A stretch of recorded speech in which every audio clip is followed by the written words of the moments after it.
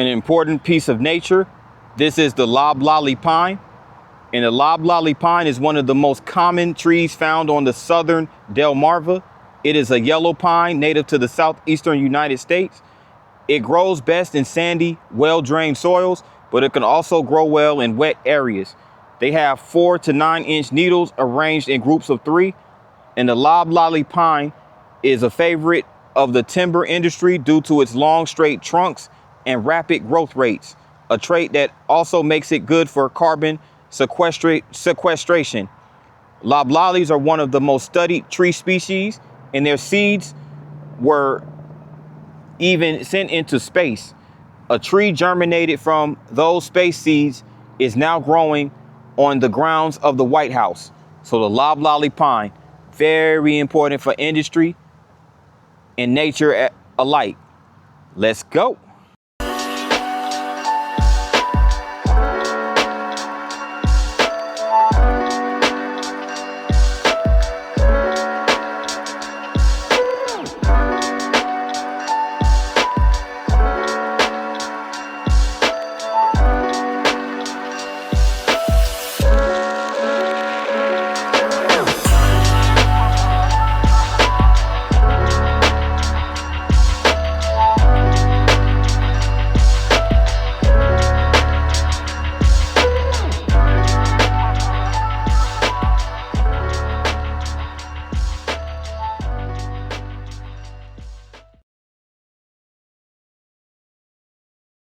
Good afternoon, good people. This is P9 with another video, and I am in the city of Pocomoke City, located on the eastern shore of Maryland. And this is my first ever vlog in the state of Maryland with my P9 Travel Vlogs channel. And what better place to start than on the eastern shore? And I'm outside the post office of Pocomoke City, right across the street from Pitts Creek Presbyterian Church and Maryland Costin House Museum, which was built in 1870, as you can see right there. But Pocomoke City has been dubbed the friendliest city on the eastern shore. And it was originally called Pocomoke. And its incorporation is located in Worcester County, Maryland. And it's a center on the lower shore, home to an industrial park. So there's aerospace engineering and plastic fabrication and defense contracting as far as the local economy. And it's raining a little bit out here right now, but we're gonna rock with it. It's nothing I can't handle. So we're right here heading into the downtown area.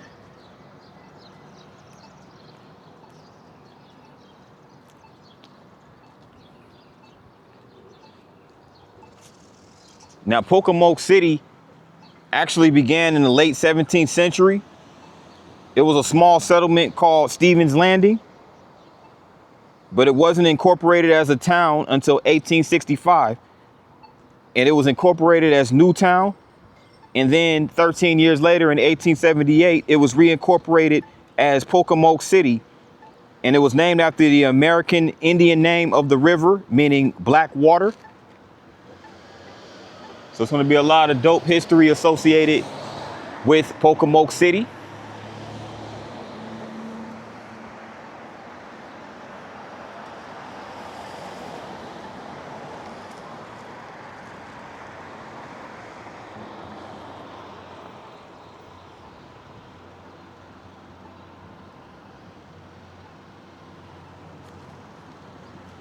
Let me cross the street right here.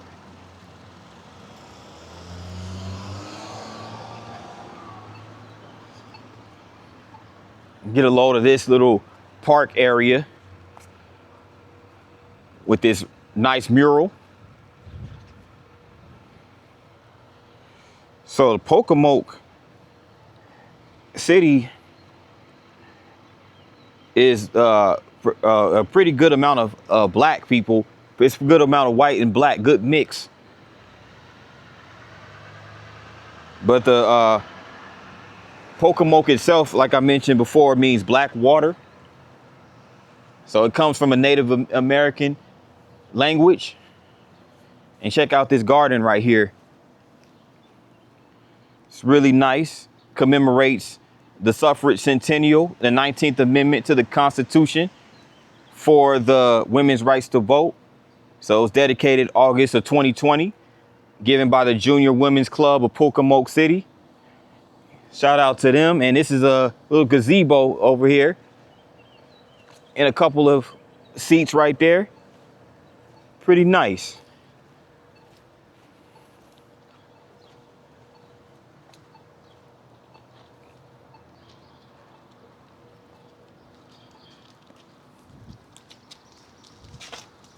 Oh.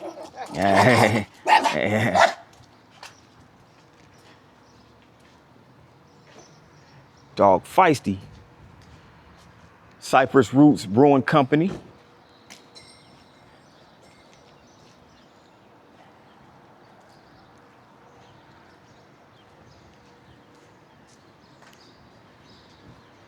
We also have a Chinese restaurant right here.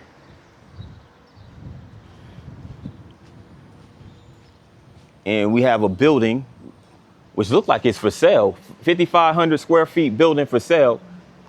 And it's the Pocomoke City National Bank. It was once the National Bank. So they selling the building. It's interesting. Very important part of history.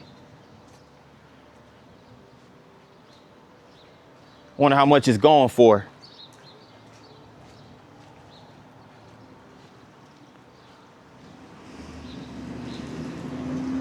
Sher's Bridal Shop.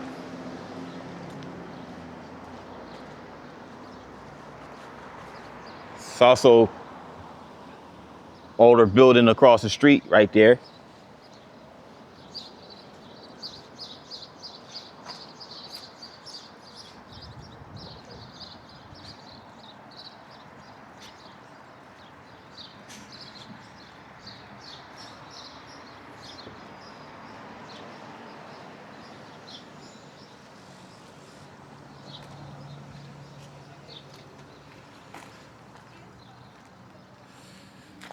Like a lot of the bricks then came off the side of this building right here at the corner of Market Street and Clark Avenue.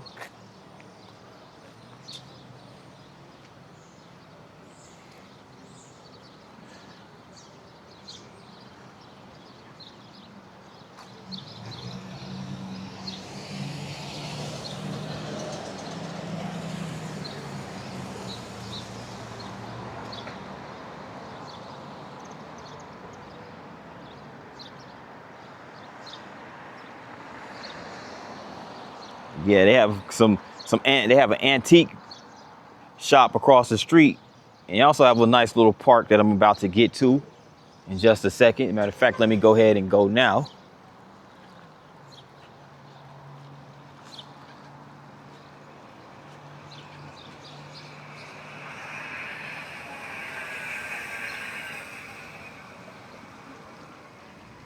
And check this out.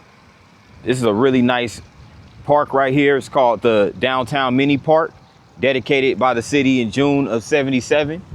The mayor at that time was Dawson Clark. And they also have the city council listed right there. So they had a city council going back to 1977. And they also have one of those free library things where you could take a book, share a book, to encourage reading in honor of Mayor Bruce A. Morrison, Pocomoke's Christmas mayor, given with love by his family. Okay, so I guess this bench right here is courtesy or in tribute to Morrison. Nice.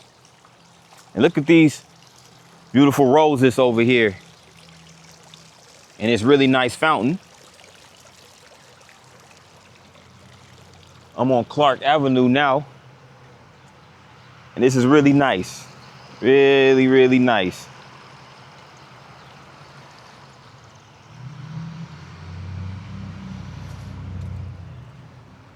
And across the street over there, that's the City Hall, Pocomoke City Municipal Building. So all the municipal services are right there in that building.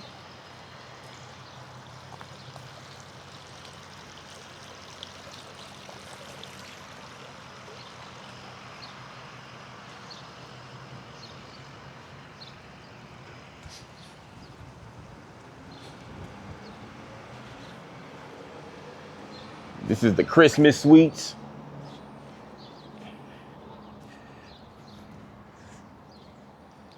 And look at this building right here. That's called the Vault. So it's an interesting looking building, but this is where they sell arts, antiques, and jewelry. So it's in a really nice building, nice historical building.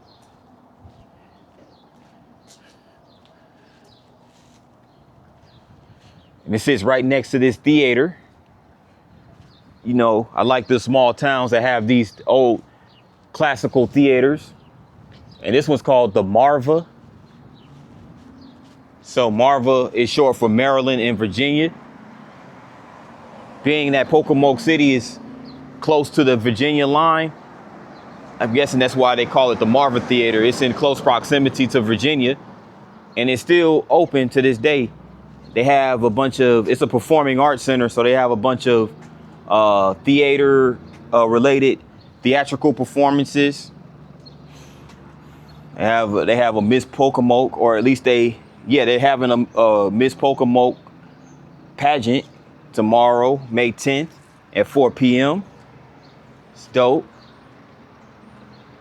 And they also have a Comic Con here. Actually, it's in Ocean City. They have a Comic Con in Ocean City in December. So that should be nice. At the convention center. Ocean City's not too far up the road from Pocomoke City. You know. All right.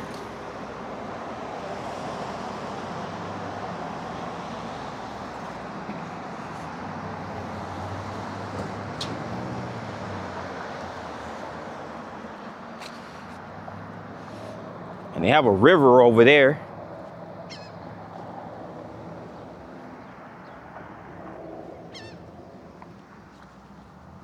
They have a trail going that way, the Cypress Park Trail.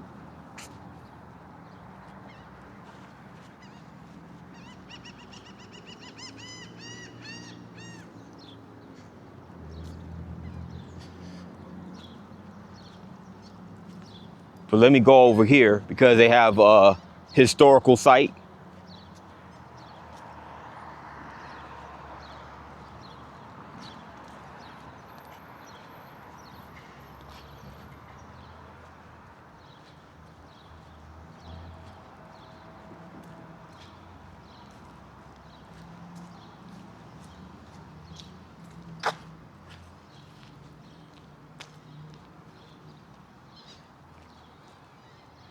And this right here, people, is called the Sturgeis One-Room School Museum, circa 1900. And it's literally one room in this whole building that educated students. And we have African-American history on the shore. This is Sturgeis One-Room School Museum. And students in grades 1 through 7 learned their ABCs in this classic one-room school. And it was originally located on Brantley Road, east of Pocomoke City. The Sturgeis School is one of the last remaining one-room school buildings built to educate African-American children in Worcester County. Dating to around 1900, the single-story frame structure is similar to schools erected during the 19th century with this one-room plan, 6/6 sash windows, and plain weatherboard siding. The interior remains with its characteristic board wainscoting below the windowsill level and a plastered finish above. So as you can see right there, it still has its original finish. And built on land owned by William Sturgeis, the school operated until 1937 when Stephen Long School opened in town. The Sturgeis School then became a residence and was eventually abandoned until preservation-minded individuals and organizations joined efforts to relocate and restore the school as a local museum in 1998. So shout out to those individuals who preserved this building. And this is Sturgeis School before it was relocated and restored. So it looked like it was in a more rural setting back then, but it was relocated here to downtown Pocomoke. And students at Sturgeis School, here's a photograph of those students. And they taught all those students in one room. It's really nice how they preserved this building.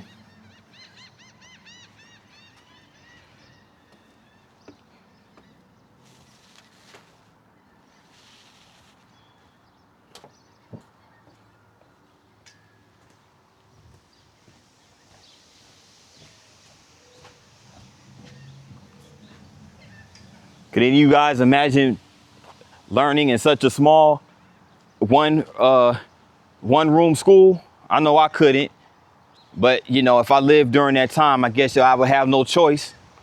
And this is the Heritage House right here.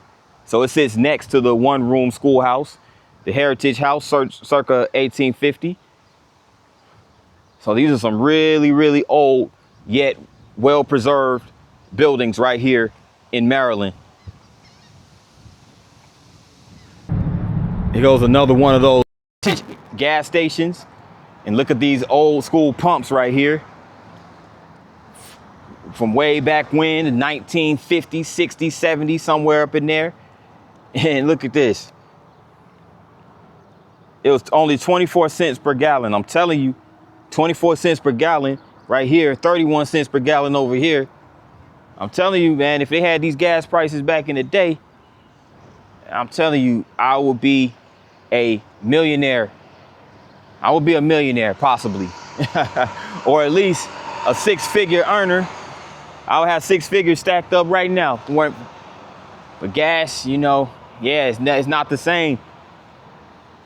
And over here, this is the Marva Discovery Museum. So they do have a Discovery Museum. And right over here is the Discovery Center Rain Garden. So they have a garden right over here at the side of the museum. And it just tells you the benefits of having a rain garden. It's a shallow depression designed to beautify any landscape while collecting and treating stormwater runoff. It consists of native plants, loose planting soil, mulch, and sometimes stone. If located properly, a rain garden can intercept stormwater runoff from impervious surfaces like driveways, sidewalks, lawns, and rooftops. Pollutants can be removed through biological processes by allowing stormwater runoff to infiltrate the underlying soil instead of flowing into storm drain.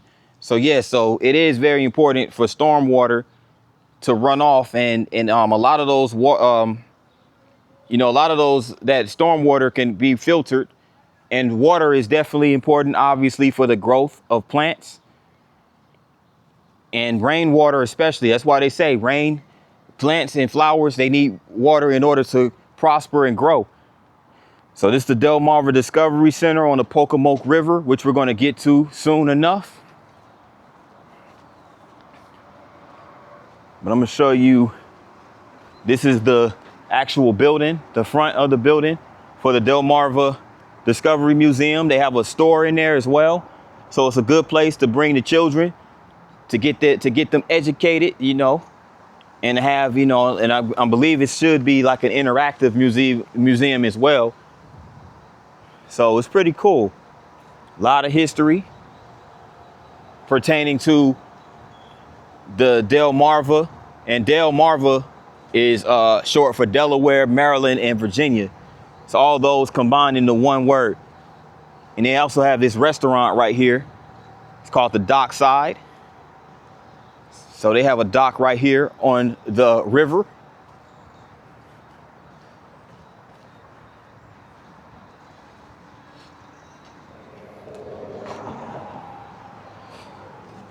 And they have this bridge right here above the river as well.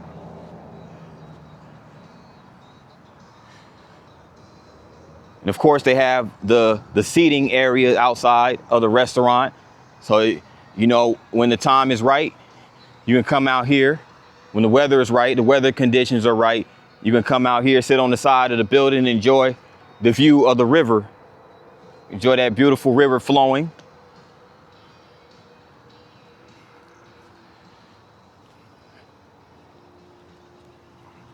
I'm over here on the nature trail, which begins on the dock.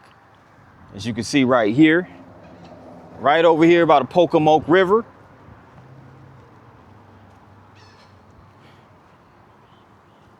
And this is actually a free fishing area. And it says on that sign over there, it's a free fishing area and it's no fishing license required, but a free Maryland saltwater angler registration is still required for anglers 16 years and older. For those that are thinking about coming out this way, and my fishermen and fisherwomen, it's a little FYI.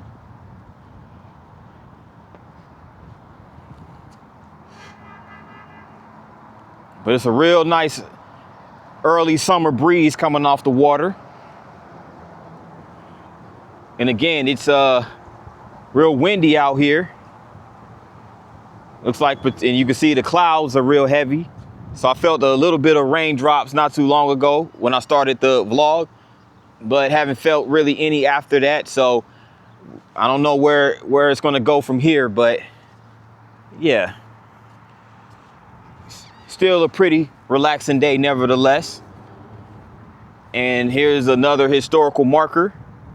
This is the river lore and legend, and the title Pocomoke River connecting to the Chesapeake Bay has always been a conduit of transportation for communication for those who inhabited these forested shorelines. For Native Americans and early settlers, the river was a lifeline of trade, travel, and subsistence. The river also has been a place of smuggling, mystery, and folklore. Legend states that during the Revolutionary War, the armed sailing barge protector of the Maryland Navy was built here at Pocomoke. The protector was lost during the ill-fated Battle of Barges off Smith Island in November of 1782. The river was used by both British loyalists and American patriots for raids, smuggling, and movement of supplies. During the Civil War, Confederate sympathizers smuggled supplies down the river into Virginia, and the Union Army crossed here in November 1861 on its way to occupying the eastern shore of Virginia. The twisting waterway is also believed to have been part of the famed Underground Railroad used by escaping slaves heading for northern freedom.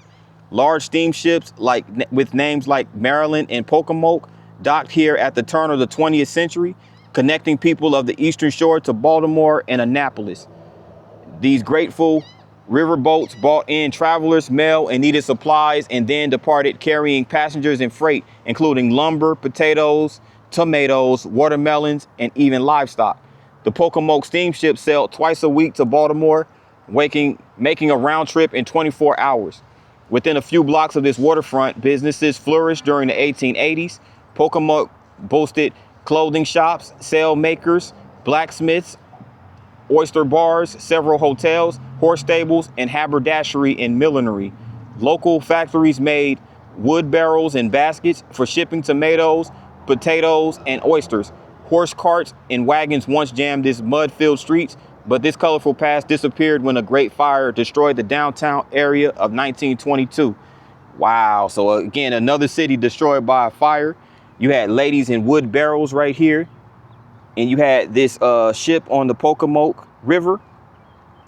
And you had the livestock being shipped on the river. And this was Old Market Street back in the day. As you can see, they traveled by horse and carriage. That was typical during those times, especially in the late 1800s. And then here you go, you have the Native Americans right here, the Native Indians, where dugouts were early forms of transportation. So they had to really grind. These were funded by the Worcester County Tourism. Photo credits to Mariners Museum, Nab Walsh and Wicomoco County Library. Concept and copywriting by Charlie Petroschi. Design and production by Gerlitzy Design. And there goes the credits down there, by the way. I like to give people their credits. So, but yeah, as I mentioned before, A lot of these cities, especially if they're on the river, they're very essential to the economy and to the way of life. You know, they play a big part in the industry. So these rivers were used as transportation, you know, smuggling, whether it was smuggling goods and shipping livestock and all type of other products. You know, and then, you know, you had the Native Americans who made their dugouts out of wood. You know, you had to be crafty back during those times for sure. But I'm glad that they preserved the history right here. And this is a really gorgeous riverfront, by the way. You know, it's small, but it's very nice. And I'm gonna go up here to the bridge and get some information about the bridge before I conclude the video.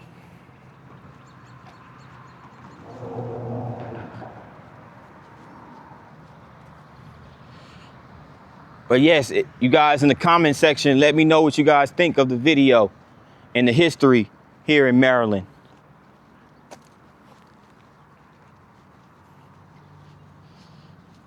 So yes, this is the Pocomoke River Bridge. The Pocomoke River Bridge was built in 1921 and is maintained by the State Roads Commission. John McCall, the chairman and chief engineer, and Omar D. Crothers and D.C. Weinbrenner and L.H. Stewart, secretary. So shout out to all these individuals and the chief engineer, especially John McCall. And this bridge was reconstructed in 1989. So it was like 68 years in operation, and it needed to be reconstructed, obviously because of the wear and tear. But you can see it's still holding up very well.